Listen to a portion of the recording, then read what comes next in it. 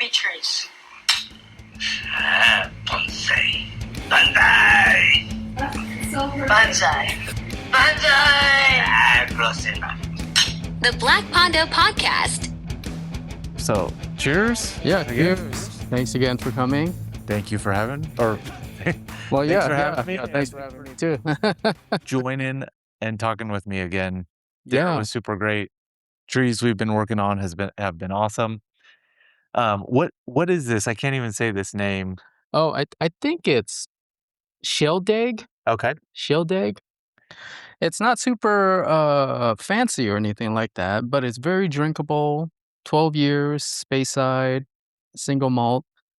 Funny, one of my friends actually he really likes Macallan, for example, Yeah. and all that stuff. And then I had him try this, and it ended up being one of his favorites. Ah, And it's not like some super expensive whiskey. So I bought a bunch of bottles, and so now we're having this. It's great. nice. I think you told me about this one actually. We may have had it in the past. You Yeah. were saying it's just relatively inexpensive. I think when I got it, it was like $30. Wow. Yeah. Okay. Yeah. Very nice. Yeah. I figured since we're having pie, maybe I shouldn't bring out like the fancy stuff because I think the pie is going to throw it off a little bit. yeah. That makes sense. That makes sense. So tell me about this pie. What have you heard about Oh, this okay. pie? So I live in Auburn, and some of you guys out there might know that there's a like kind of a country store, like what started as a fruit stand called Ikeda is in Auburn, and it's grown into more than just that. And they started making pies. I don't know how long ago, maybe from the beginning. And they even have like a hamburger joint next to it, and they sell pot pies and all that stuff. Recently, USA Today ranked them as the best pie in the country. And I always liked their pies, but I was like, wow, that's really cool. So that's why we're trying their Dutch apple pie today while we talk.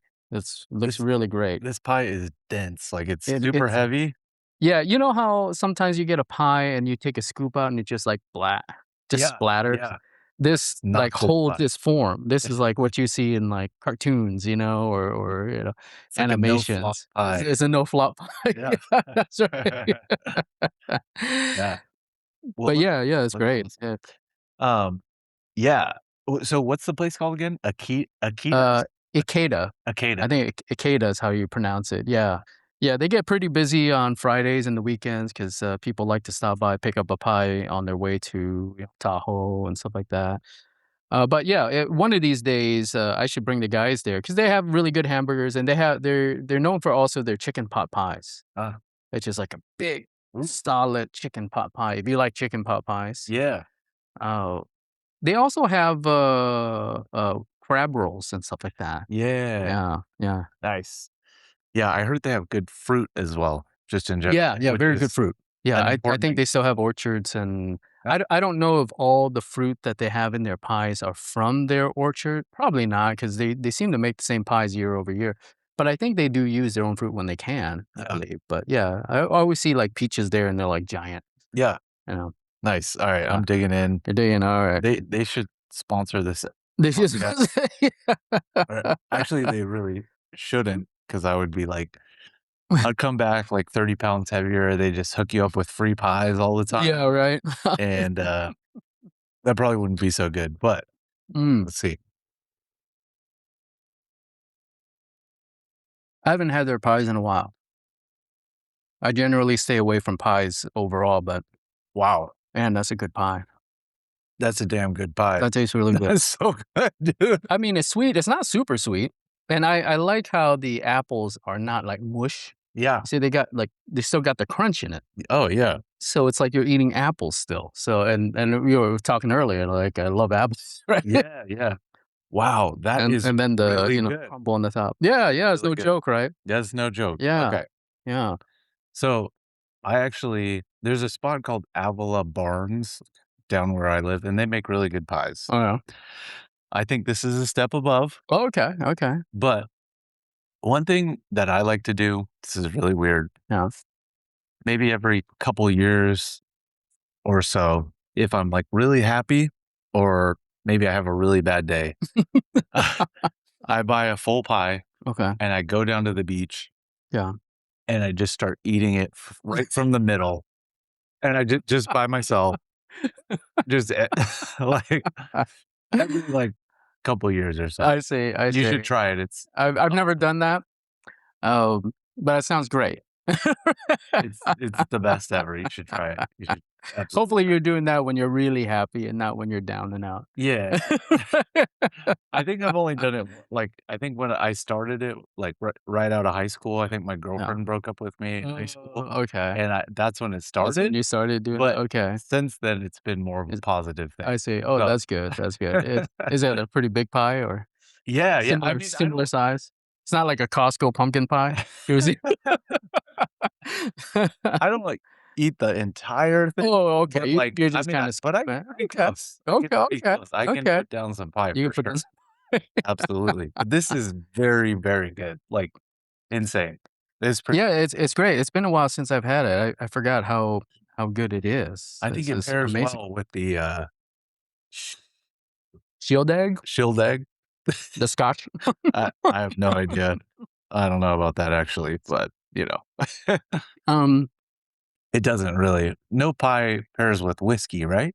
I have no idea. I bet there's somebody out there that would, like my feeling with like alcohol, with wine and scotch and all this stuff. I generally have a hard time pairing it with like desserts, Mm, though they do that.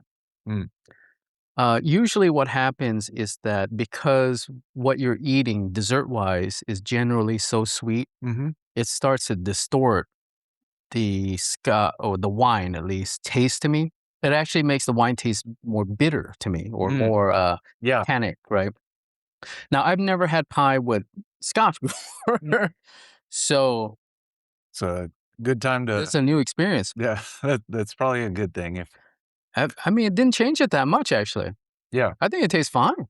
yeah, That's pretty good. it's not bad. Might be onto something. Not a bad pairing. Pie and scotch. Yeah, it doesn't really work when I have like abs or something with pie. It just doesn't. It always doesn't work for me, at least. Yeah, But the scotch is actually holding up. yeah. Holding up. It's like if It's you eat an orange and you brush your teeth, kind of thing. yeah, Just yeah. does not There's like pair this weird right together. toothpaste and orange peels don't pair. Yeah. Well, man, I was thinking. Mm. So I think we have known each other now for 18 years. I'm pretty sure. I think so. Yeah, because what year did you come to my house? I think it was '08, and Mm. at the time, it was funny to see your bonsai boon Oh yeah, intensive yeah, yeah. certificate from 2008 on the wall. Oh, that's a good point. Segment. Yeah, because 2008 is when I started my bonsai business. Actually, Yeah, at that time in '08. Okay. in 2008, yeah, like August of 2008, and yeah, I had just finished Boone's program, and I decided to do it on this. It was kind of like a side thing because I had a full time Mhm. job. But yeah, 2008. Yeah, yeah, and then that's how I was it. I'm trying to remember. I think either you contacted me or your wife contacted me and bought you a birthday present Yeah. or something like that. So shout out to my wife, Courtney. Okay. Yeah, yeah. uh, I think I did contact you first because Okay. John Kirby told me about you on Oh, the okay. Bonsai Oh, that. forum, Yeah, yeah. Okay. and I just drove up from SLO to San Jose. But then shortly after, my wife bought me a gift certificate with Okay. you, That's right. That's right. Okay. and that's how we continued. But Hmm. yeah, I can't believe it's been 18 years. I feel like time Yeah. just goes by so fast. Yeah. Yeah. It's Definitely. it's weird. We're all older now. Yeah, yeah. But at the time, so you were working as a mechanic, right? That was Yeah. full-time gig, and then bonsai was your side hustle at the time? Yeah. Yeah. It was very much a hobby, and I just decided to. Well, maybe I can teach it on the weekends because I was getting out there and doing some demos, and I was like, well, maybe this could be something I transition to, but I don't want to just jump in 100%. Like, who knows, right? This is not a typical thing that people do. when somebody says, "Yeah, I'm going to be an artist," Yeah. you're kind of like, okay, so you've decided to be broke, right? Kind of thing. And so I decided to do it kind of as a side thing, more as a support of my hobby, right? Paying for bonsai stuff, Yeah. and so yeah, it just kind of grew from there. Yeah, kind of weekends started getting booked up, Uh-huh. and then Mondays started getting booked up, and I started calling in sick. Oh, shoot. Did you really? Yeah. At one Goodness. point, yeah, go for it. At one point, my boss was even like, "Peter, you've been calling in sick a lot. We're gonna need to see like a doctor's note," right? Oh, shoot. And I was Are you like, serious? "Yeah, I guess I must have done it a lot, It- and or at least enough for them to notice." And I Was was like, that "Oh, Ray? okay." He was in the No, it okay, wasn't different. Ray. It was the upper management. Yeah. Ray didn't care. Because he like wanted you to work on his trees. He was in my study group. Yeah, right. Yeah, he was attending. Yeah. Gotcha. Okay. So yeah, at that point, then I think that started getting closer to 2010 or almost 2010, and that's when I started thinking about going to Japan and all that, and that's Yeah. how that all happened. I was always wondering, working as a mechanic, is there anything that you maybe learned or have taken from that for your business or within bonsai? I think within bonsai, yeah, I mean, the business side is kind of the separate side, right? That's just the business side. But I think being a mechanic, using my hands a lot, and I tend to be I did lot of diagnostics on the electrical side of cars, but I did most of everything. And the nice thing about it is it got me thinking in a kind of a problem solving way, right? Ah, Because you show up to work, what do you do? What is my job, right? It's there's a problem, I need to solve it. There's a problem, I need to solve it. So it's just all day problem solve, try to solve it, try to solve it. And so and you start figuring out ways. Well, how do I solve a problem, right? And in this case, it's with these particular grouping of cars. And so you start figuring out, okay, well, how do I solve these problems better? Well, you have to understand the system. You understand how these things function. Then you can start solving, okay, you have these problems and you can start dissecting it and stuff like that. And I think that has helped me a lot in learning more about bonsai because I started seeing it as, okay, there's a goal I have here with this tree. And what are the problems I have right now? The things that I don't want it to be, right? So the problem is this branch is not thick enough or it's undeveloped, right? That's just like a bigger problem and I want it to be developed. So you start kind of learning so I started learning kind of the system. How does this plant like function? What does it naturally do? And it turns out most plants do basically about the same thing with some deviations here and there, but they generally do the same thing. And I have, and it's helped me a lot because once I figured out how trees grew generally, you start figuring out, okay, well, how do I then manipulate it to grow the way I want it to grow, right? So it becomes like again, a problem solving thing. And then, as we're refining trees, as we're doing bonsai every day, every year, other problems show up. Insect problems, sometimes you don't know it's an insect. It's the leaves look funny, and you're like, "What's going on here?" They fall off, and you think it's this problem, but no, it's not. And you find out, oh, it's an insect that's doing that you've never had before. So how do you solve that?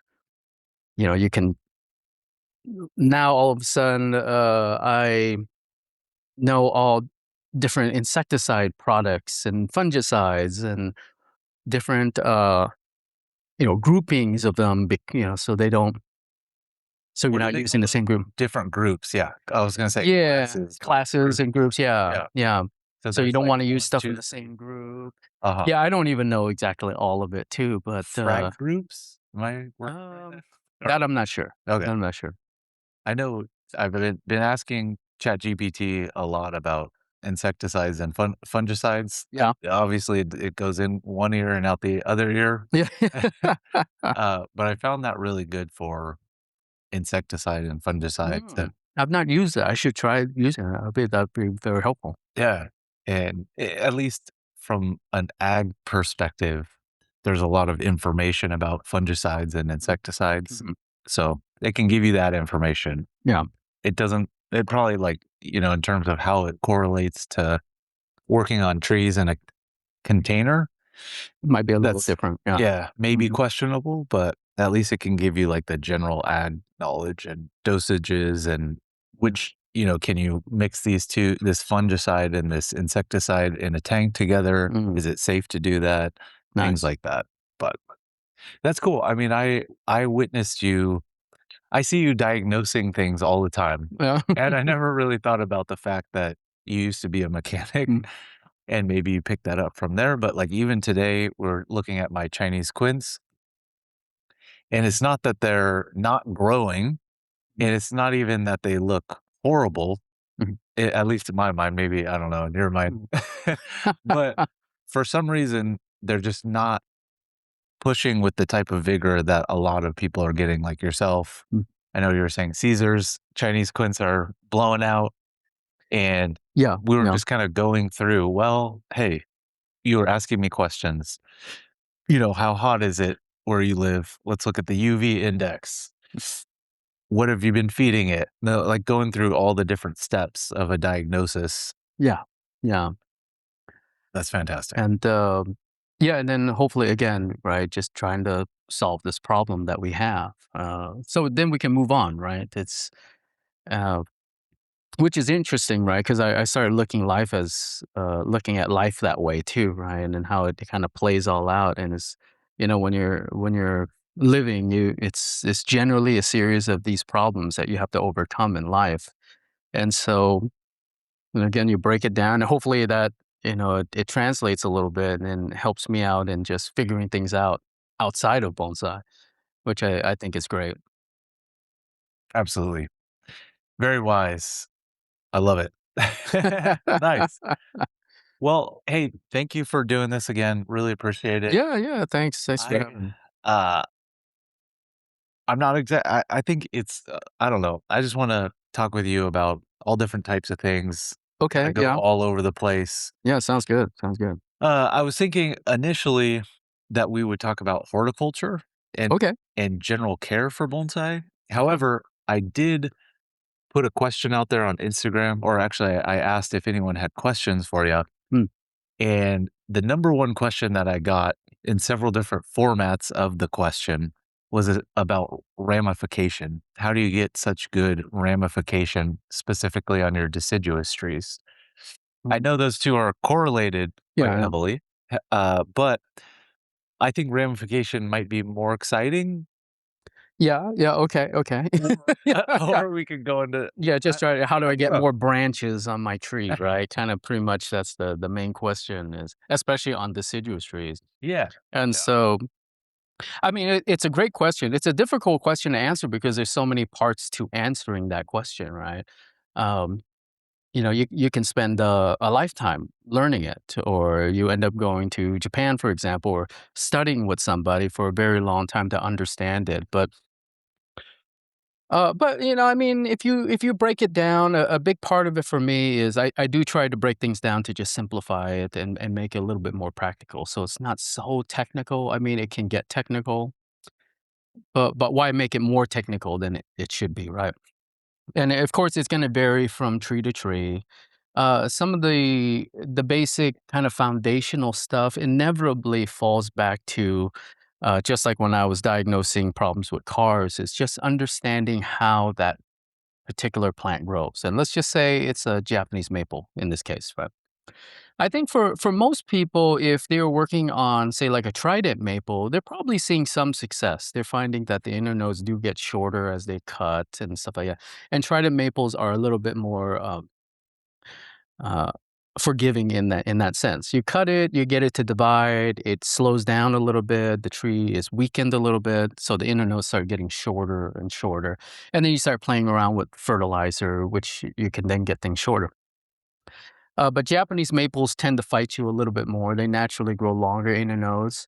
And so the name of the game is really just understanding, okay, well, how does that particular tree grow? We know there's a lot of varieties of Japanese. Let's just talk about, say, your basic green leaf Japanese maples. They tend to have long inner nodes. The main thing is that you gotta just come up with a strat. Well, how do I start this so that it's digestible? Uh, just keep it simple at first, right? Just understand that, okay, the tree's goal is to get bigger. And you're doing all these things to the tree, like watering, fertilizing, the sun that you give it, and that helps the tree grow. And the tree will grow at a certain rate based on kind of all these factors. I tend to tell my clients or my students that these factors, these broad categories, tend to fall. I haven't said this in a while, so hopefully I get this right. It falls under either it has to do with something with sun, how much you water or water quality, or within that kind of water category. Your fertilizing regimen, how you're fertilizing, what you're using, when you use it. The fourth category is uh, repotting and soil and the pot that you put it in, mainly the size of the pot. That will affect how much the tree grows. Number five is, it's been a while. What was number five? Was it number five? Wait, what did we get so far? Let's see. We got sun, we got water, water, soil and soil, pot, fertilizer. fertilizer. Oh, I put repotting interval as one of them. Okay. Because depending on how often you repot, or say it's the year you repot, will affect how the tree grows versus if you're in year 3, depending on how root bound the tree is. Yeah. Um, and then the last category is how you cut the tree. So, really quick, just to recap. Yeah, So I think you mentioned 6 different pillars of horticulture and bonsai craft. Yeah. I would say it's the first 5 that we talked about are the key things that affects the entire tree. Okay. The 6 being how you cut or not cut the tree. So, like, if you give the tree a bunch of sun, it generally affects the whole tree, right? It doesn't affect necessarily, say, only a quarter of the tree. Yeah. Just like when you water the tree, you're going to affect the whole tree. The soil you put it in affects the whole tree, not half, and so forth. So, usually when we're trying to adjust the growth rate of the tree, I'll look at those first 5 categories and think about, okay, go down the list and say, okay, in this category, and these are big categories, what are the things that I'm doing that in these categories that's causing the tree to grow at a certain rate? As we develop deciduous trees and they have, say, long internodes generally means that the tree is growing either normally or it's growing very strong. And our goal is to try to get it to grow shorter internodes, which is something they don't necessarily do unless they're weakened, right? And when I say weakened, it doesn't mean sick, it just means slow, right? So our goal generally to have success in, say, ramifying a Japanese maple, where they naturally don't ramify in such a small tree that we're trying to create, we have to get the tree to grow slower. And so you go down the category and you think about, okay, what are the things that we can affect as a whole to get the whole tree to grow slower? So, really Yeah. quick, I want to cut you off. Oh, yeah, no problem, no problem. Yeah. So, I think that often within bonsai, people want to know, okay, what is the one technique or like maybe the 2 or 3 things I can do Yeah. in order to get short internodes Mm. and ramify a tree well? Yeah. But it's what I have learned from you is that it's everything. Yeah, for sure. I mean, if you want maximum, if you want to know it all, right? Let's say, or you want to give yourself the best chances to develop a really solid, refined tree, yeah, you have to know a lot, right? Uh, but again, I do try to take a practical approach, right? We don't have to get all into exactly all the nuances, though that is important when we get into refinement, right? But if we want some, like, say, quick tips, I tend to look at the things that we can change fairly easily. Um, so the sun stuff, as long as the tree isn't getting like sunburned, because that usually will cause it to just not grow that well, and we just put shade cloth. So that's kind of a different category. Though if you don't give the tree enough sun, the inner nodes will grow longer. So you want to make sure it is getting enough sun. And in California, there's so many different microclimates, and then for those that are outside California, you have your own microclimate. So you do have to kind of get a gauge of, okay, well, let's just make sure I'm giving it enough sun so it's not growing longer than normal internodes, right? And you can tell you don't get enough sun if the internodes are long and the branches are very thin. That usually means it's not enough sun. If the tree is super strong and it has a long internode, usually it's kind of thick. You can see that like it's pumped. Whereas not enough light, it's long, but it's kind of wimpy looking. Okay. I see this a lot in the folks I work with in Minnesota. Sometimes the maples will leaf in the cold frame and there's like no sun. Yeah. And it's like this like albino, like white leaf that comes out, and then Oh. the internodes are like real long, but kind of like pathetic, wimpy kind of look Yeah. because it was just growing in the dark. Uh-huh. Right? And you recommend generally you want your Japanese maple, if you're working on ramification, Yeah. to leaf out in full sun, right? As opposed to with shade cloth. Yeah, generally in the spring it's not that hot, so you can have it leaf out in the full sun. And then as we get closer to summer, then you may have to protect it. Most areas they probably don't do that well in full sun. Now some people will get away with not having shade cloth, but let's say they only get sun from like morning till 12, and then it's in the shade. That's another way of looking at it. And people have found success that way. Though I would say ultimately that might not allow you to have like super refined success, but hey, that's what you have. So that's at least you got that. Yeah. And it's not the opposite, right? I get no morning sun and only hot afternoon sun. Mm-hmm. Well, that's going to be hard, Yeah, right? If yeah. you don't protect them. Shade cloth seems like the way to control your sun. Yeah. I find it's easiest if you can give the tree sun all day, but give it a limited, like 50%, for example. So there's no shortage of sun, but it's just that 50% shade just cuts that intensity down, right? And I find that in my area where it does get pretty hot, most people probably don't get hotter than I do or close. 50% seems to do the trick. So Nice. so for those that are unsure what they should use, you're probably going to be safe with 50%. Some people get away with 40. And when I say 50, with shade, just to clarify, because people ask me this all the time, when they say it's 30% shade cloth, it means it blocks 30% of the sun, right? Not 70. Okay. So usually when they say it's 30%, that means it blocks 30%. So in this case, 50%, it blocks 50% of the sun. Great info there. Okay. Yeah. Yeah. Yeah. Because sometimes it's not clear. You're kind of like, oh, does that mean only 30% sun gets through? Or Yeah. what does this mean? So, yeah, going back to making it practical, right? Okay. Hopefully you got clean water. That's just a requirement of developing Japanese maple, as in not hard water. Uh, the easiest thing, we'll just jump to number 5, which is fertilizing. The easiest thing you can do is just be careful how you fertilize the tree. That's going to be a big help. That affects the whole tree. If you don't fertilize or fertilize very little, the tree is going to grow slower. And that's one step in getting you closer to getting internode shorter. For those out there that have done that or have worked with Japanese maples, generally you'll find that that is not enough to make it shorter. It'll help. But inevitably, what it comes down to is okay. We'll try to be careful when we fertilize or how much. Okay, maybe we'll put it in the soil mixture. And this is the second one that will affect it, is what kind of soil you put it in, because that affects the whole tree. If you put the tree in a dry soil mix that has, say, very little akadama, and it's a lot of pumice or lava, so it's real free draining, or it's even coarse soil, which accelerates root growth, that will accelerate foliage growth too. And your internodes will be longer purely because of the soil medium that you use.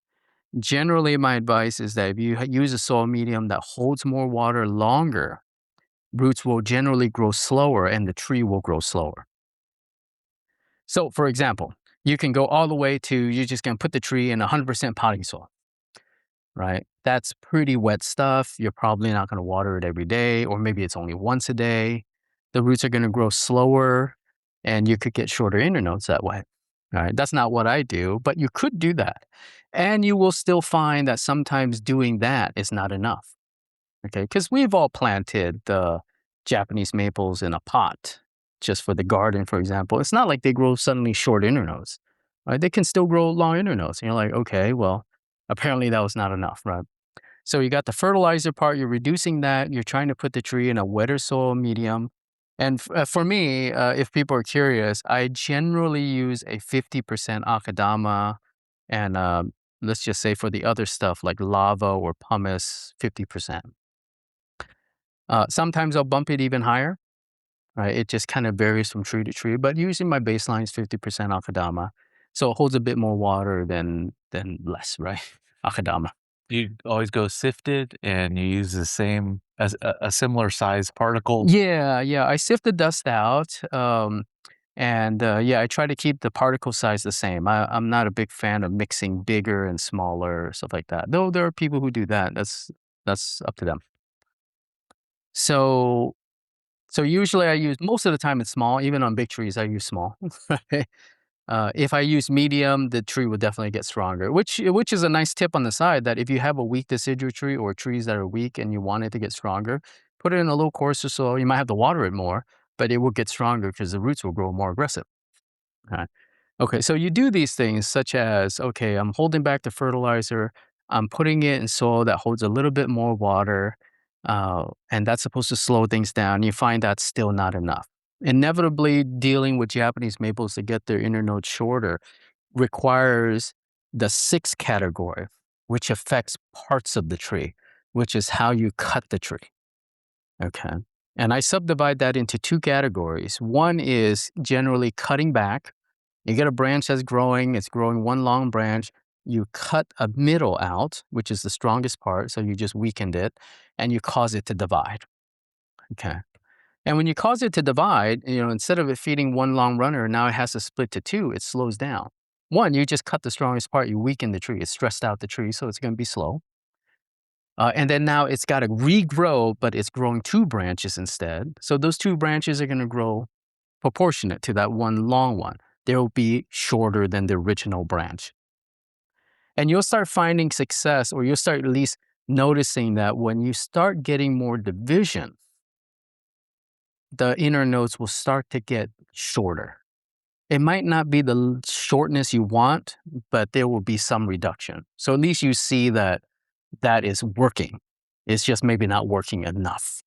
Okay. Now, you know my feeling about instant bonsai, right? Okay. Instant bonsai, and we get caught up in this because we see demos or we're working on junipers, and they get whipped around to become finished trees. It gets us to thinking that what I have on my tree, what I don't want versus what I want, I get rid of what I want. I want to cut here. I want to wire these branches. And then that's what you have. With deciduous tree, it's a little different. You can't do it that way. Because the deal is that if you start removing too many branches and you don't have enough or you have fewer branches left, all the food that's stored in the root system or already on the soil is now going to feed those remaining branches, and they will get stronger. So that's the part two of cutting, right? Is the what you don't cut, or the thinning out of a tree.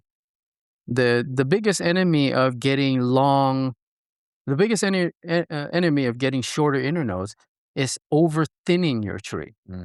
So if you know that if you have one branch and you go to two and the internodes are shorter, and if you grow those two and then you cut their middle and then you get four and you'll see their internodes are shorter, you can see that as you weaken the tree and you force it to divide, the internodes are getting shorter, shorter.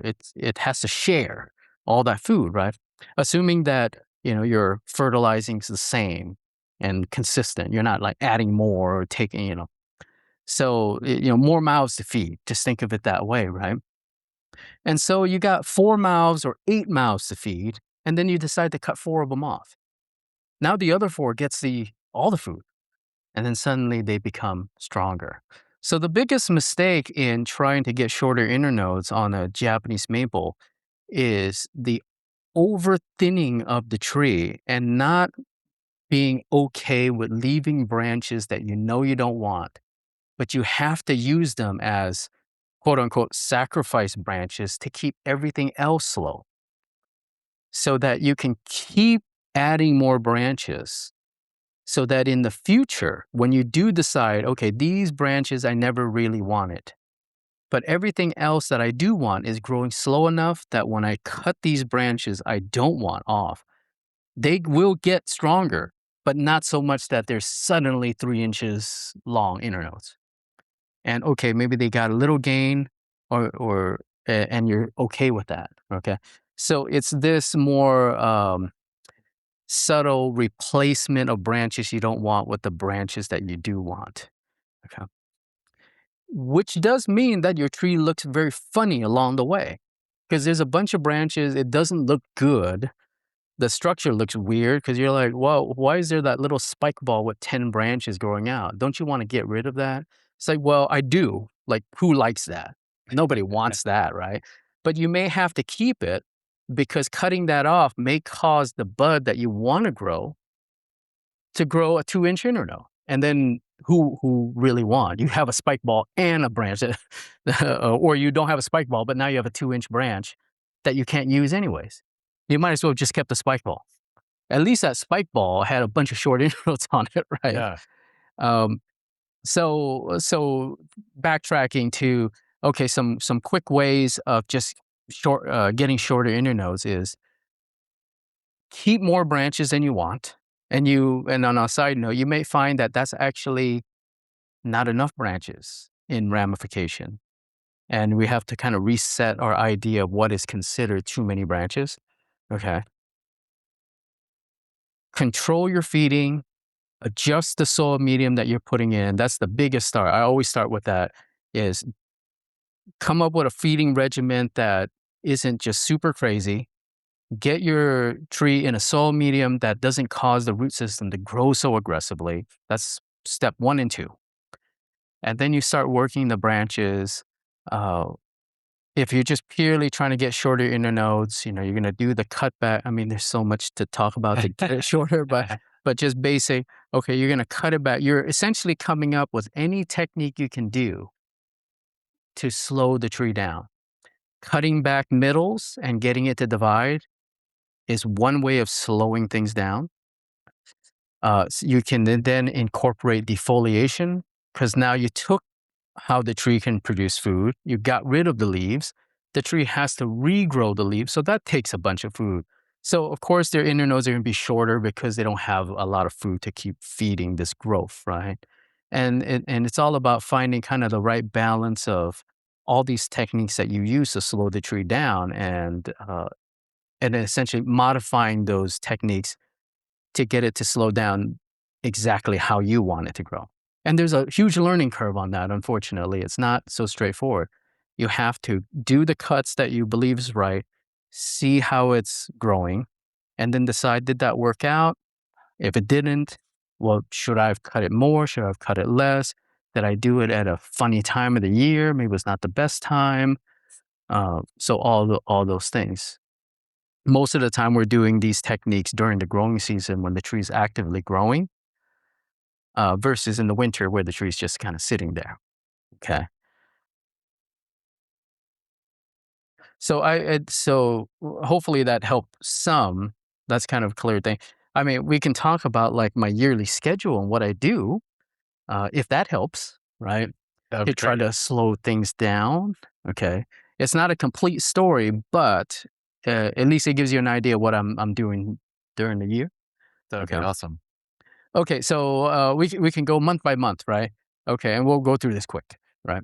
So January, February, that's a repotting time. If it's in a soil medium that is too dry and you want to try putting in a wetter soil medium, now that's the time to do it. And important point. So a lot of this stuff is going to vary. When you're talking month to month, that's for your particular climate. I think it's just always important to note. That's a good point. That's a good point. I say for most of us in California, that's probably the time. Totally. Yeah. That's my timing as well. Yeah, yeah. If you're in Minnesota, it's probably more like March. Makes sense. April or something like that. Okay, because it's so cold in the winter. All right, so January, February, let's say that's the repotting time. In the springtime, when the tree starts to leaf out, okay, so you're changing the soil to something that's holds more water. Now, just remember, when the tree holds more water, Now, generally for Japanese maple, it's not so much of a problem if you overwater it. It's not like you suddenly get root rot. Just be aware that anytime you change the soil medium to hold more water, say for your other trees, you can run into overwatering by accident. You can't just like water it like it was in 100% pumice. You most of the time you really just don't need to. Okay. I've overwatered Japanese maples all the time, and it's generally not a problem. Okay. So once you get into March, let's say March is when the leaf starts coming out. I know in the Bay Area or in parts of California, sometimes February you'll see that. So around February, March, leaves start to come out, and the strong terminal ends of the branch ends, they'll start to extend, and your typical, okay, it grows a set of leaves, there's a middle extension, it grows, and then another set of leaf opens, and so you have this elongation. Okay. So one of the things that I'll do is that that is a time where I'll start pinching the foliage. Pinching the foliage, all it is that you're just not allowing that branch that's extending to extend. Okay. And you can pinch it with your finger because it's soft. If you cut it with your scissors, it's just cutting back. So it's nothing special. The only difference is the timing. Okay, it's at a point where it's soft that you can use your fingers if you want, but you can just cut it. And I'm doing this on the branches that I don't want to extend. Because if you allow a branch to extend, it's not really because that somehow makes the internode shorter. I find that's not really the case. It's really that you just don't allow the branch to get stronger so that if you cut it later, the response is stronger because the branch is stronger. The branch is just trying to get strong. It's trying to extend this second growth, and then you're there to just cut the tip off. It never got strong enough. When it does divide, it's not strong enough to give you a long internode. So the division that comes out tends to be shorter. Okay. This is not always the case because it's dependent on how strong that area is from the previous year too. But you will see some advantages to that. So I'll do some pinching. Just be careful when you're pinching, right? It's not just straightforward, well, everything I see that's growing long, I just pinch. It's the ones you want to slow down. Most of the time, it's on the stuff that's at the top or on stuff that's on the exterior of the tree. If there's a branch on the bottom that you need to run and actually want stronger, well, don't pinch that, right? Again, only the ones you need to slow down. And because the whole tree could be in different Phases of different phases of this one area I need to blow stuff out. This area I need to slow down, right? So do the pinching on the areas you need to slow down.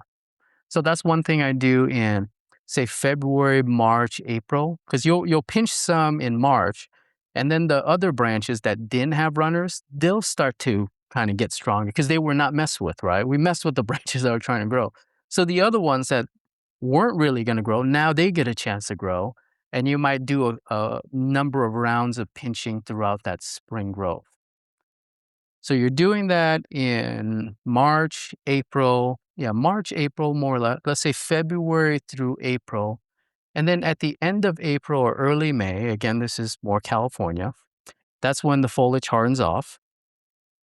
Okay, it's not soft anymore. It's got darker. You can feel it's thicker. Okay. That's when the tree's kind of past this spring push and it's kind of stabilized, right? And then it's going to move into this summer push soon as it continues to warm up. At this time, so you can go through the tree. Typical stuff would be, okay, new long branches that I want to use. I might be wiring them. Branches that I have allowed to grow long. Maybe I don't need them long, and then it's a time to cut the tree back. Which would then cause it to divide. So that's a weakening technique. There might be some branches or multiple branches that I don't want that's grown out. And this is the tricky part. Because it's easy to just say, I got all these new branches. Well, I don't want half of them. Let's cut half of them off. That's the mistake, especially if your tree doesn't have a lot of branches.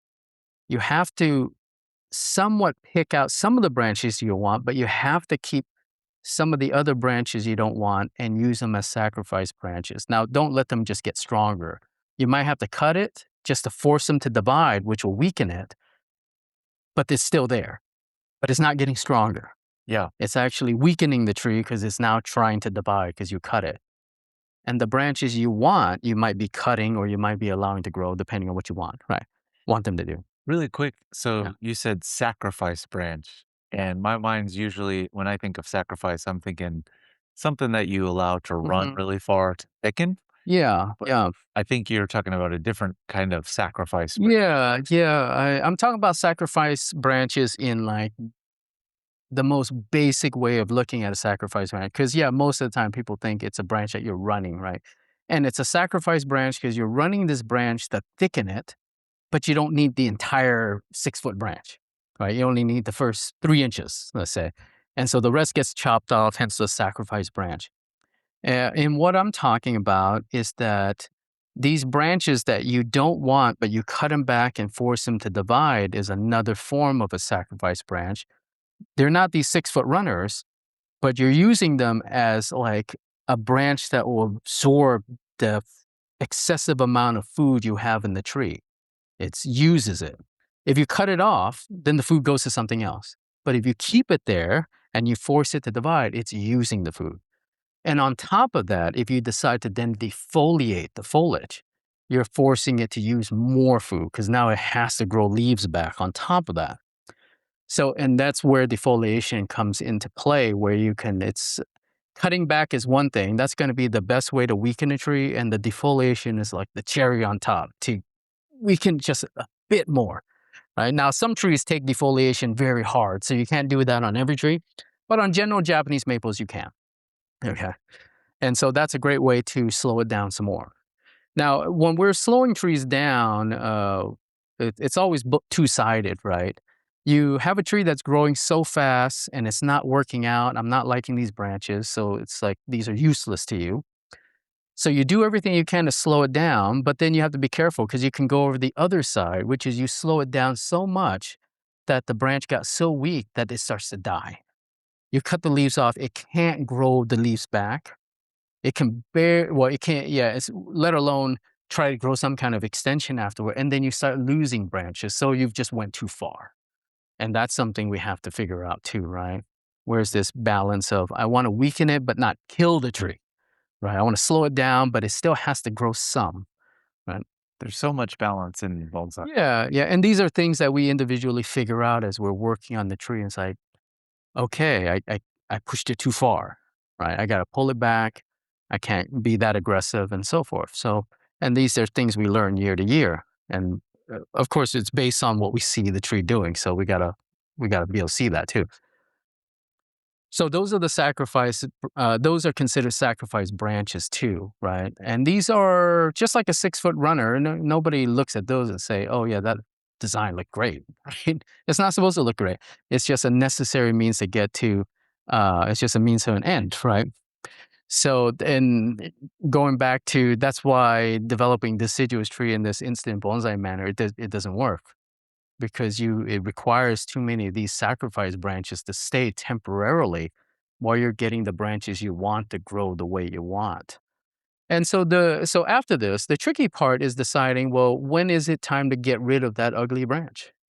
That's even trickier because it requires you to understand how strong the tree is as a whole and how strong that particular area is. You have to look at the branches you actually want and say, hey, you know what? These branches are slowing down. If I cut this sacrifice branch off, that's usually further outside, okay? If I cut that off and now the branches that I have that I want will get a little stronger, can they absorb that without getting crazy? And when you feel that you can, that's when the sacrifice branch goes. And then you'll find out real soon, within a couple of months, the branch you want blew up and got too strong. You're like, well, apparently that sacrifice branch, I shouldn't have cut that off. I still needed it. And so do you just keep cutting back that sacrifice branch, force it to divide again? And then maybe after that, it's everything slowed down enough that you can then get rid of it? Okay. So we all have to figure that part out too. And with enough experience, you'll start getting a feel for it. Okay. Just remember the top of the tree is stronger than the bottom of the tree. So how you apply this on the top is different than on the bottom. On the top, maybe you still have to keep that sacrifice. On the bottom, you're okay to cut the sacrifice off because the bottom doesn't grow as strong as the top, right? So you add that into the mix. And then a big part of it is just doing it and then observing and seeing, did it work? And if it didn't work, you start thinking about, okay, well, if it didn't work in the sense that everything still grew too strong, then you're like, okay, I didn't weaken this area enough. What can I do? If it did work out great, then you're like, great. I saw what was happening here. I made the decision. I cut the sacrifice. The branches I want didn't blow up on me. Perfect. Now I have a template of how to slow this area down and get shorter internodes, right? And you add a bunch of those kind of successes, and then you can apply it to now the whole tree or future trees or your other trees. There's a couple little extras around that, but that's kind of the meat of it, right? Uh, but it definitely falls back. You do have to understand, like I was saying, how the top grows stronger than the bottom. Branches on the exterior grow stronger than the branches on the inside. So you have to take those things into account. And there's this slow replacement of the stuff that's going to grow too strong. It's going to happen. And replacing it with the branches that are slow and not a sudden replacement. It's a slower replacement. You chisel away at the branches you don't want and slowly bring out the branches that you do want. And that's how you get shorter internodes. You always get these blips, right? Sometimes one branch just shoots out real long internodes. Okay, we'll just cut that branch off. Or that little side branch. Okay, it happens. It's not going to be perfect. But as long as you're getting more gains, right? I'm getting 100 good branches, but I'm getting 10 or 15 bad branches. The internode's too long. Okay, well, we can work with that. We're gaining in the long run. And not the opposite, right? We got 10 short branches, but 100 leggy branches or long internodes. Well, okay, now you're not gaining. You have to start thinking about, well, what am I doing that's not slowing this tree down? Okay. And really the hardest part is that, when we're in bonsai, we're excited. We want the tree to look good. And I think the biggest enemy in getting shorter internodes is that we're just too aggressive in getting rid of what we think we don't want. And most of the time it's you're correct. Like, this is an ugly branch. I don't want that. Yeah. I mean, yeah, I agree, right? Nobody wants an ugly branch. The key is knowing when to get rid of that ugly branch, not just, well, it's ugly, get rid of it now, because the repercussion is the problem. How the tree responds to that is what's going to not give you success. So you have to learn how to live with a tree that looks funny for a period of time, because you need those sacrifice branches to weaken the tree or slow the tree down. And if you don't do that, you're going to have a very hard time, right? Internodes are going to be long, or you're destined to just have trees that are going to be on the wider, less dense side. Mm-hmm. Okay. How do you get, going back to ramification, right? Everybody wants a lot of ramification. Well, ramification is purely built from just cutting branches that are extending and forcing them to divide. That's all it is. Yeah. And you get a bunch of that. Mm-hmm. The problem is that you might get a bunch of that, but it's so far away from the trunk. And that's the leggy part, and that's the long internode part. Pausing right there. Yeah. You just said creating ramification is cutting branches and getting them to divide, which is totally true. Often in bonsai, I hear you cut a branch and you go from 2 to 4, from 4 to 8, from 8 to, and so on and so forth. Like, you keep keeping 2 always. Yeah. How do you look at that? Do you always keep 2?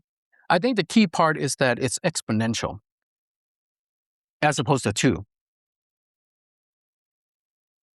For those out there that have gone to like Kokufu and seen, like, say, highly ramified Japanese trees, you'll find that the concept of using 2 and then 4 and always using 2, 2, 2, always dividing into 2, doesn't work at all. It's a good goal in the sense that, okay, we want that's like ideal, right? Everything looks clean when it's that way. But in reality, that doesn't really work, because when you keep 2, 2, 2, one, trees don't always just grow 2s. There's some areas where there's 3s, right? Or some areas where there's 4s. Now, again, with the whole instant bonsai or what we want our trees to look like right now, is sometimes when you use 3 branches, and it doesn't necessarily mean 3 branches from the same point. It could be 2 from the same point and a third that's slightly behind. So at least it's kind of offset, right? And so now you're starting with 3, which means if you then divide that or times that by 2, not divide, times it by 2, then you get 6. But what if those 3 grew 3 of their own? So you went from 3 to 9, right? As we're developing deciduous trees, a fact of developing deciduous trees is not every branch lives. You're going to lose some branches along the way. If you're always strict on 2, 2, 2, and then you lose one of those 2, now you have no division. If you had 3 and you lose 1, you still have the 2, right? Or if you have 4 and you lose 1, you still have 3, okay? Along the way, you will lose some branches. And the good news is that if you did have great success and you've developed an excessive amount of branches, and now your tree is super full, and you might even say it's too ramified, well, it's very easy to get rid of branches. Okay. But if your tree is the size that you want and it's not ramified, it's much harder to then try to backtrack and get it to ramify. So from a practical standpoint of view, it's better to just have too many branches and then get rid of them later than to not have enough and wish you had more, because that's way harder. But if you have too many, bring out your concave cutters, scissors. Now you have less. Yeah. It's that easy, right? So always favor too many than not enough. And that's something that's hard for people to adjust to, because sometimes we have an idea of what is enough or what is ideal. And I find that generally that's usually not enough.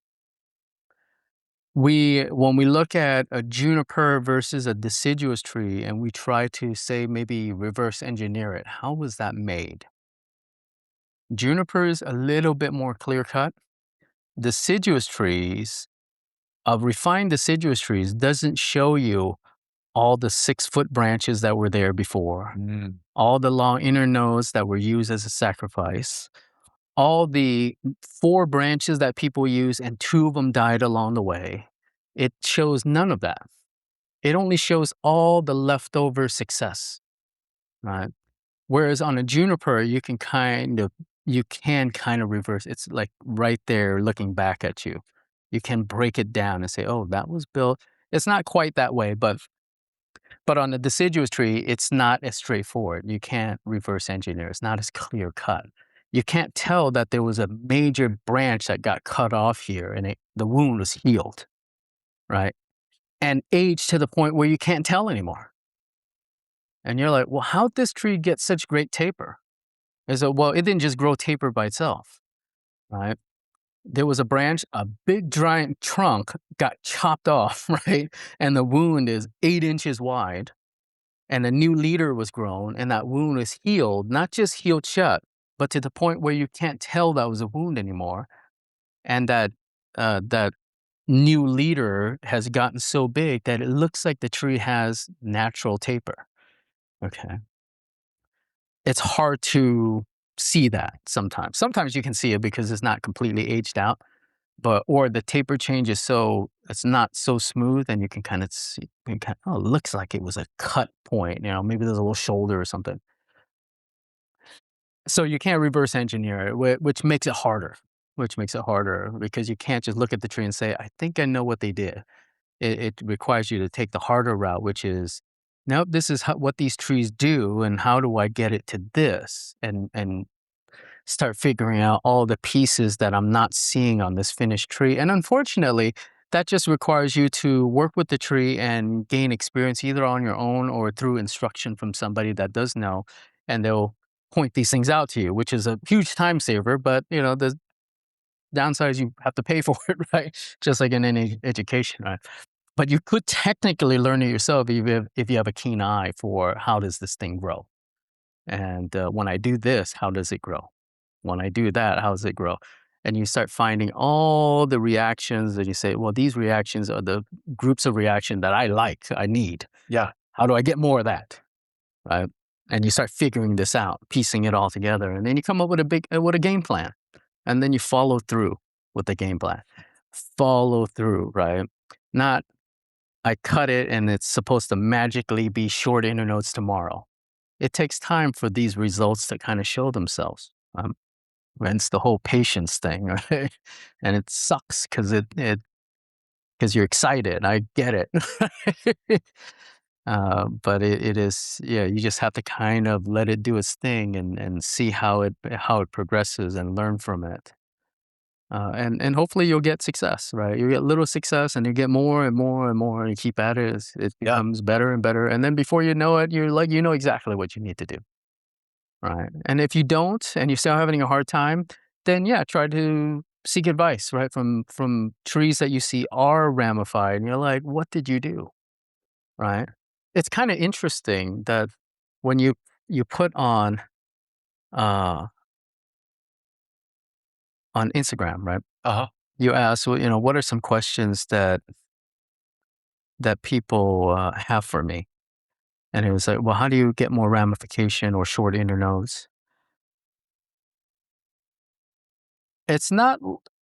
It's kind of funny because people want to know that, but it's kind of it's weird to me because it's not like a lot of people stop me and say, "Hey, Peter, how do you do that?" Either, right? I mean, I have clients and stuff like that, but when I'm at like conventions or in uh, now I understand.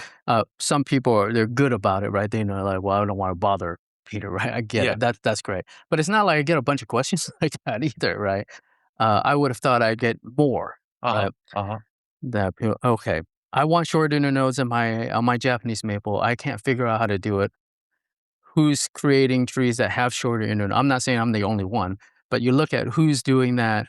It's probably good to ask them and say, okay, what is it? Whatever advice you can get, right? Even if it's only a piece of it. It's important to know that it's probably only a piece, but hey, that's one more piece that you know now.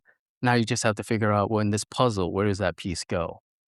And if we do sit down together and we talk about it extensively, then I can definitely show you the whole puzzle and say these pieces go here, and then we go from there, and then you try it out and you work it, right? Yeah. And generally we have success. There's always problems, right? Things happen. Um, some trees just aren't cooperative, right? Some trees just don't do well with the process. And in Japan, they wean trees like that out, right? Cultivars that don't seem to work well and ones that do. And it could be the exact same cultivar. It's just this genetically it just responds to the work we want. This one just wants to fight us everywhere. And when we finally get ramification, they want to die. And on this one, it just keeps going. Yeah. And Yep. they're the same exact tree, right? Uh-huh. And so at some point you do have to say, well, I can't just keep fighting it. This tree is just not working out. So you have to change your game plan to something that might work better. You say you just get rid of the tree, or you say, well, this tree just won't be as ramified as say this other tree because it's just not as responsive, and that is the reality of it too. Yeah. We have to. That is a possibility. Though I wouldn't automatically jump to that, Uh-huh. right? Because you're not having success of, oh, this tree just grows on your nose. Yeah. Kind of like we were talking about, when you're in Santa Barbara, Sierra junipers don't grow here, right? When you first started. It's like, really? As you know now, they grow perfectly fine, if not great for you. Like, great. Like, better than I can grow it here, right? Your environments, they love it. They grow nice and dense and super happy. So, but Yeah. you hear these things. So you definitely don't want to fall in the trap of, well, it's not my fault, Uh-huh. Uh-huh. For sure. right? For sure. It's some other fault, right? I find generally it's always your fault, right? Yeah. 95% of the time it's your fault. Not that you're a bad person. You did something that didn't work out, right? So you got to change that so that when you have success, it's your fault, right? You Yeah. did it, Yeah. right? Uh-huh. So yeah, we do have to take responsibility. Everything that happens in my garden with the tree, it is my fault, right? Good or bad. You have to accept it, and then hopefully it's more good than bad. Some bad happens all the time. It's you try to minimize it, but it happened. That's just the nature of it. And you have to then reevaluate and say, what I'm doing is not working.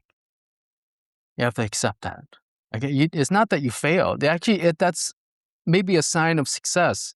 Is that you've decided or you've accepted it, right? You're honest with yourself, and you say, what I'm doing is not working. You put your ego aside and you say, what am I missing? What do I need to know to get this to work? Instead of just chugging along, doing the same thing, hoping that it'll work at some point, right? Because you're just not willing to change.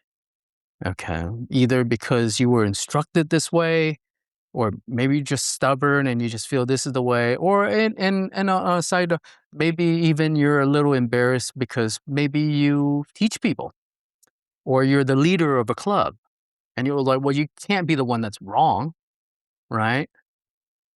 Unfortunately, when you do it that way, then you take everybody else that you teach down with you. Mhm. It's even worse when you know that it doesn't work and you just won't adjust or admit it. It's okay. I mean, I've done that. Uh, I've done it where I've done things a certain way. It didn't quite work out. I decide, you know what? I can't just keep doing that. It's not going to work out. That's not fair to my clients. And I tell my clients, I was doing it this way. I'm not seeing as good results. I'm trying this new method. Seems to be working out good. I think we should do the same. Right. No clients ever faulted me for saying that. Right. They weren't like, oh, I thought you knew, blah, blah, blah. None of that ever happened. Right. I They're like, respect it. they're like, kind of like, okay, well, this hobby is difficult. I get it. And some clients are kind of relieved. It's like, oh, even you pros have a hard time. I was like, yeah, 'cause it's a hard hobby. Right. Right. And I don't want to take you down with me. Right. And so so let's make this change and let's see if we can get better results. Right.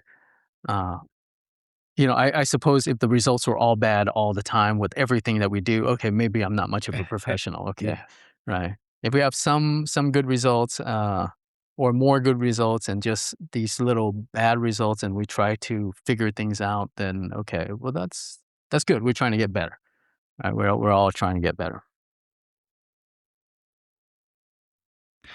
Nice. I like that mentality a lot. And All right. I think that's why you are so great, Peter, is Oh, no, because thanks. you're very self-critical and going back to your diagnostic days, you're always diagnosing what's Yeah, on yeah. and looking to make small progressions forward where you build off what you previously learned. And that's why you're so great. No, thank you. I appreciate it. Awesome. Uh, I was wondering in terms of, I think one thing we didn't really touch on yet is deciduous versus conifer structure of branching Hmm. and maybe how that differs and how that may lead to ramification or the ramification that you're looking for. Well, depending on the structure that you're trying to create, I mean, ramification is just okay having more branches, right?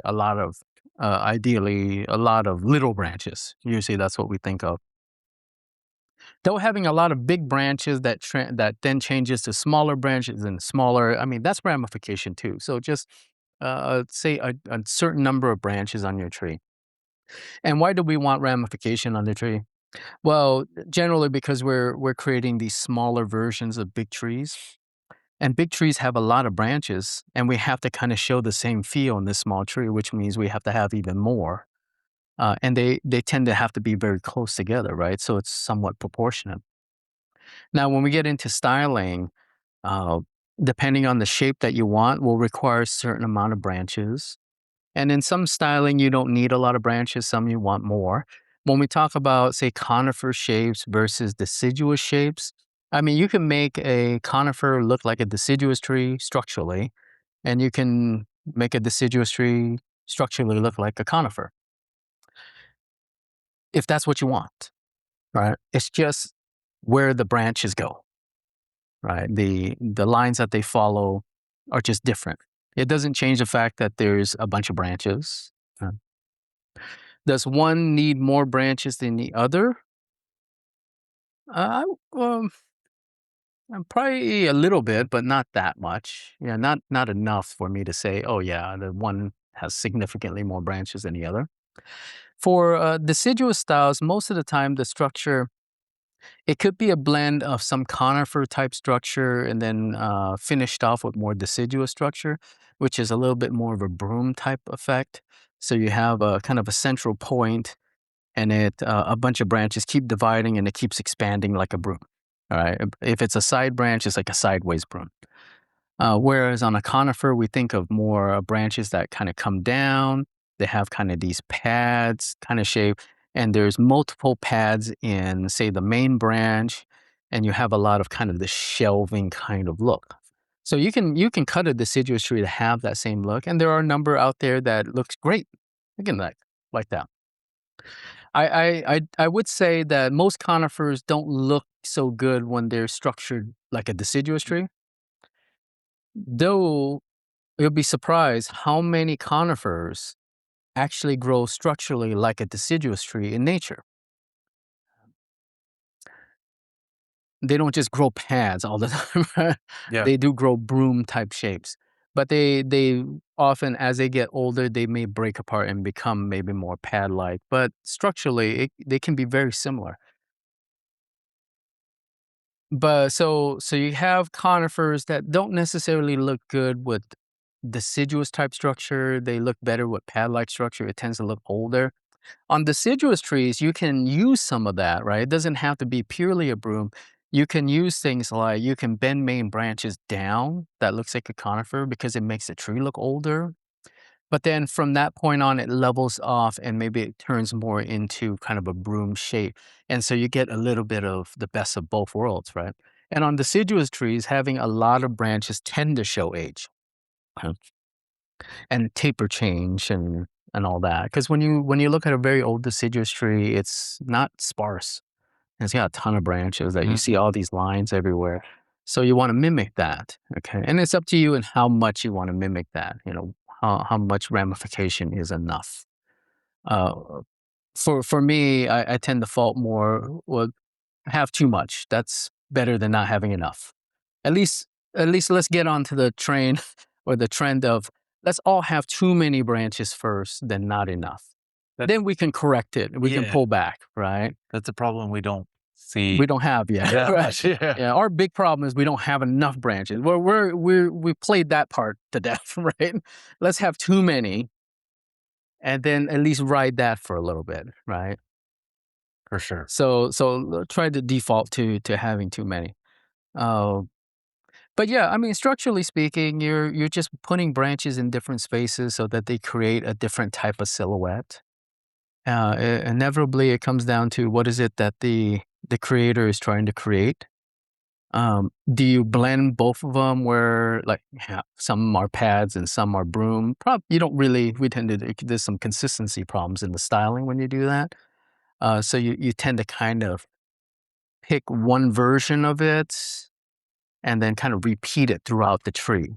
So you get that same theme, right? It's not some wacky circus tree, right? Of random branches. Some are straight and some are super curly. Yeah, that doesn't look good. Yeah. Even like, for example, I can't remember his name. Sorry. The guy that does the cosmic bonsai, right? Uh-huh. There is a theme. Yeah. Right? Yeah. He keeps twisting branches, and that's the theme of it. There's no straight lines anywhere because it Yeah. would throw off that theme. So yeah, try to be consistent with the styling that you're coming up with. Right? But yeah, it's not significantly different. It's just really a placement thing. Mm-hmm. Right. On a juniper, it might be easy because you can bend junipers and move them around. On a deciduous tree, you do have to decide a little early on because you can't just bend a 1-inch thick branch Uh-huh. and say, "Oh, I wish it went down," and you already have it going horizontal or up. So I guess the tricky part in deciduous trees deciduous trees is that you have to decide early on. There's no like, well, let's see how it goes. For sure. You know, Yeah. Yeah. no, you can always bend a pine branch down. Uh-huh. You can bend a really big branch, pine branch down. Yeah. There's all sorts of techniques. You can't quite do it. I mean, there are techniques for deciduous, but it's not common to do them. They just break. Yeah. Right. Yeah. Most definitely. What was I just thinking on deciduous? Oh, I was wondering, so in terms of ramification and achieving high quality branching, would you rank Japanese maple quite high in terms of difficulty relative to trees that don't have internode length issues? Yeah. So generally, any trees, not just deciduous trees, that grow long internodes are more challenging to turn into bonsais, such as a tree on the conifer side, trees like black pines or just pines in general. Sometimes they just, if you're not in control of how big the candles grow, your tree's going to get leggy very fast. And they're always trying to figure out, at least on the black pine end, how do I grow a candle strong enough so that if I decandle it, the new candles come out and they're relatively short and not too long. And then sometimes they're so short or they don't come out. And then you're like, well, what did I get out of that, right? That's the cliff on both sides. Too long or you get nothing and everything in between. Hopefully you're getting what you want. And for black pines, it's especially hard because once you find that the response is too strong, it's there. The tree doesn't necessarily backbud that easy all the time, and you can't do anything about it until the following year, like almost 1 year later. At least on a Japanese maple, you cut it, say, today. In 2 months, you see the results. Oh, it's growing too strong, it's growing great. You can then do something about it. There's still some growing season left.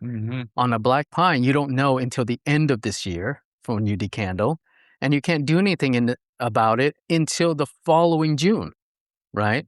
And that's in itself tricky still. What do you do? And then you don't see the response of that till the end of that year. And if it worked out or didn't work, if it didn't work out, then you don't get you don't get to do anything until the next June, right? On a trident maple, for example, again, you make a cut in 1 month, it'll tell you if it worked or not, and then you can adjust. And you can adjust a couple of times Yeah. during the year. For sure. So you can really work things out. Yeah. But yeah, Japanese maples have long internodes. Any tree that has long internodes, it's going to be more challenging. And that's not just trees that have long internodes. It's going to be dependent on the size of the tree. Because if a tree naturally has a 1/2 inch internode, on a big tree, that's great. Those are short. On your shohin, those are too long. And now what is considered a tree that has short internodes, when it's only 8 inches tall, it's a tree that has long internodes. And now you have to figure out how to get them shorter. Whereas on the bigger tree, you're like, oh, I'll take 1/2 inch all day, right? This is easy. Why is everybody sweating? And then you get a small tree and it's significantly harder because now you have to be aware of how the tree grows. You can't just like, oh, just fertilize it. It's in whatever soil, it grows, I cut it, it's great, it's ramifying. Doesn't work on small trees. And that's why small trees can be very difficult. And why I don't advise that people learn on small trees, right? Learn on bigger trees, it's more forgiving uh, in that sense. It's all more forgiving, right? If you miss watering it, they can forgive you, right? Little trees are very unforgiving. Uh-huh. Yeah. Fantastic. Well, I think that, I mean, ramification, actually learning everything that you just mentioned can take an entire lifetime, I feel like. But I feel like you gave a very good summary of the things to pay attention to in terms of achieving good quality branches and high level of ramification. Yeah, yeah. I would say, start with those basic things that I talked about and try to kind of see what kind of results you're getting. You will see some result. You will see some reduction doing these things. It does take time, but you just got to keep it up. And yeah, and keep learning, right? Talk to people, see what they're doing, especially people who have deciduous trees that are refined, right? Don't just ask people and they just give you whatever answer and you're like, okay, I should just do that.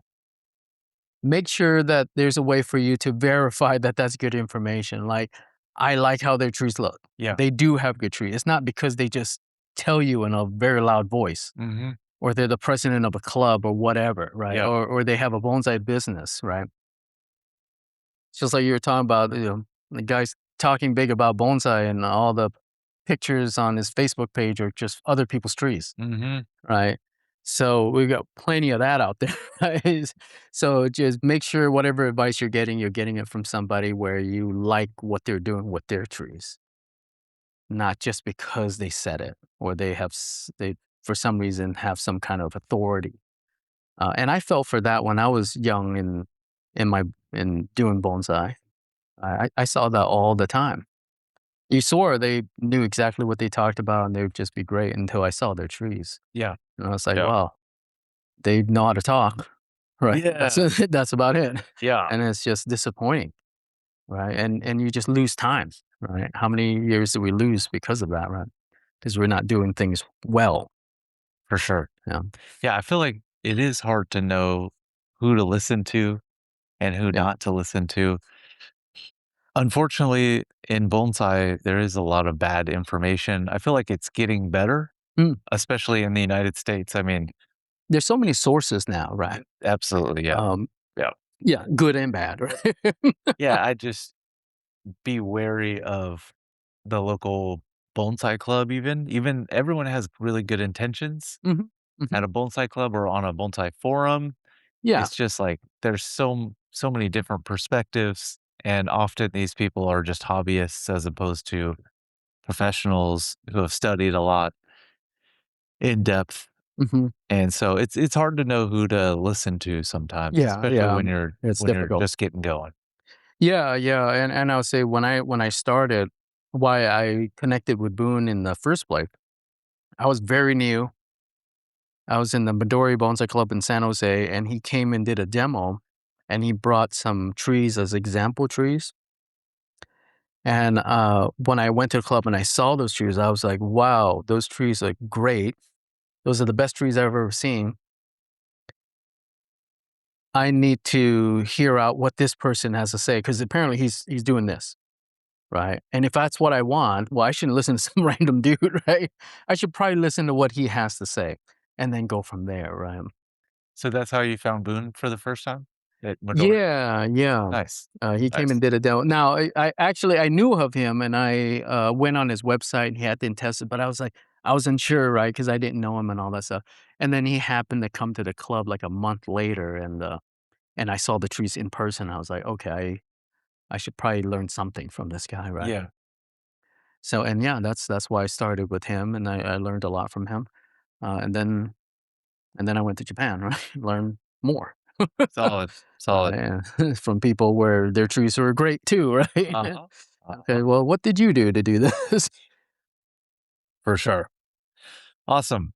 All right. Well, I think that was awesome in terms of talking about ramification, and it's so complex and Yeah, yeah, especially when we're just talking about it and Mhm. we're not without seeing. without visuals Yeah. and Yeah. examples. It's tough. Yeah. Yes. Yes. But I think I would like to take a quick restroom break, and then maybe I could just ask you a bunch of other Yeah, yeah, questions. yeah. We Okay, can sounds kind of good. go all over the place. Yeah, yeah, yeah. Great, Awesome. great.